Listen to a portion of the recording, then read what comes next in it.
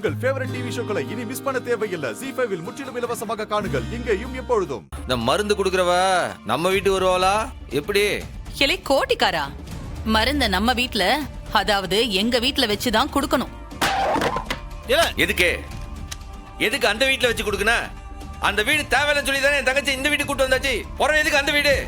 கிளை வழக்கமா என்னல நடக்கும்? ஒரு வீட்ல ஒரு பொண்ணு உண்டாகிறப்போ அவ மாமியார் வீட்ல தான் இருப்பா. புள்ளத்தாச்சி மருந்து கொடுத்து அவ உடம்ப தேத்தி மாமியார் தான் பக்குவமா பாத்துக்கறணும். 5ஆம் மாசம் பொண்ணு வீட்ல இருந்து வந்து அவளுக்கு ஆக்கி போடணும். 7ஆம் மாசமோ இல்ல 9ஆம் மாசமோ பொண்ணு வீட்ல இருந்து வந்து பொண்ண பிரசவத்துக்கு கூட்டிட்டு போவாங்க.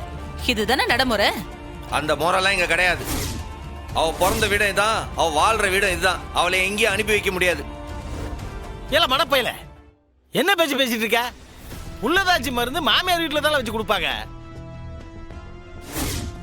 நான் எசைக்கு எங்க அனுப்புற மாதிரி இல்ல. அவ அங்க வரமாட்டா. அண்ணே, என்னண்ணே இது? அத்தை ஒரு சாங்கியத்துக்கு தானே கூப்பிடுது. போக வேண்டாம்னு சொன்னா என்னென்ன அர்த்தம்? ஏலே, அது கையோட கூட்டு போய் கூட்டு வரதுன்னா அது கதை வேற. இப்போ கூட்டு போவோமா, நைட் அங்க தங்க வைக்குமா, மறுநாள் தான் மருந்து கொடுக்குமா. என் தங்கச்சி அந்த வீட்டுல தங்க மாட்டாள. உனக்கு வேணா அந்த மருந்து வச்சு இங்க அனுப்ப சொல்லு. இங்கேயே மருந்து கொடுக்க சொல்லு. அவ அங்கெல்லாம் வரமாட்டா. டேய், இதெல்லாம் ஒரு சம்பிரதாயம்டா. ஒரு ராத்திரி தானே, அதுக்குள்ள என்ன ஆயிட போகுது? ஏலே, ஒரு ராத்திரி கூட என் தங்கச்சி அந்த வீட்டுல தங்க கூடாதுல. எசக்கியே நான் அந்த வீட்டுக்கு அனுப்பி வைக்க மாட்டேன், புரியுதா? டேய், இதெல்லாம் ஒரு சம்பிரதாயம்டா. காலா காலம் நடக்கிற வழக்கம்.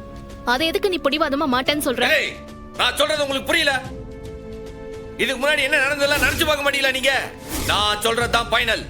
என் தங்கச்சி அந்த வீட்டுக்கு அனுப்ப மாட்டேன். அவங்க தங்க மாட்டா. ZEE5 ஆப்பை டவுன்லோட் செய்து அனைத்து எபிசோடுகளையும் இலவசமாக பாருங்க.